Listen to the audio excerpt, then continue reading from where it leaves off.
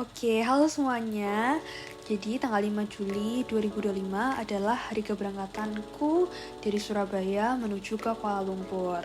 Jadi ini adalah perjalananku dari kos bareng temanku namanya Dini, dan kita bakal ke Terminal 2 Bandara Internasional Juanda. Nah, ini kita say bye ke keluarga kita. Habis itu kita langsung aja masuk, kita check in, kita taruh bagasi, kita ke imigrasi, dan akhirnya kita udah sampai di ruang tunggu.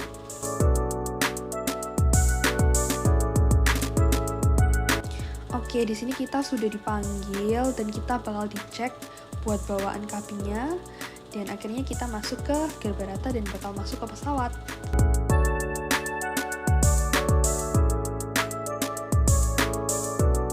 Dan kita akhirnya sudah ada di udara.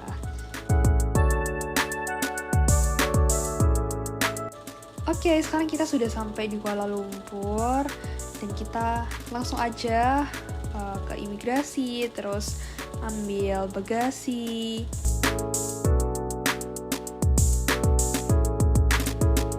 Nah, di sini awalnya kita mau pakai MRT buat ke apartemen, tapi karena bawaan kita super banyak, akhirnya kita memutuskan buat pakai van.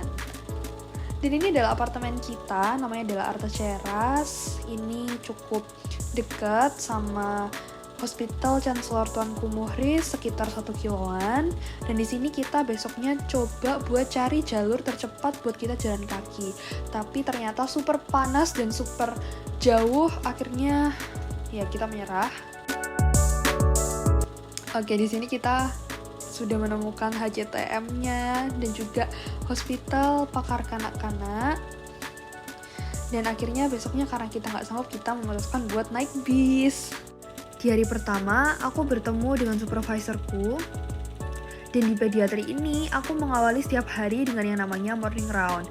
Di morning round ini, aku bisa melihat para dokter berdiskusi, melakukan anamnesis, pemeriksaan fisik, dan yang lain-lain terhadap pasien yang ada di bangsal maupun di PICU untuk melihat progres dari penyakit pasien tersebut.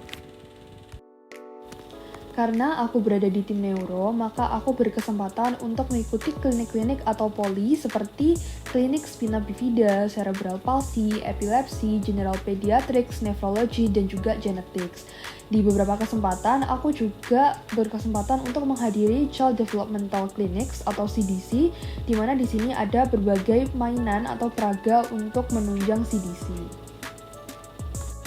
Setiap hari Selasa dan juga Jumat setelah istirahat, kami dapat mengikuti CME, di mana di sini dipaparkan kasus-kasus yang menarik untuk didiskusikan dengan konsulen-konsulen dari berbagai bidang.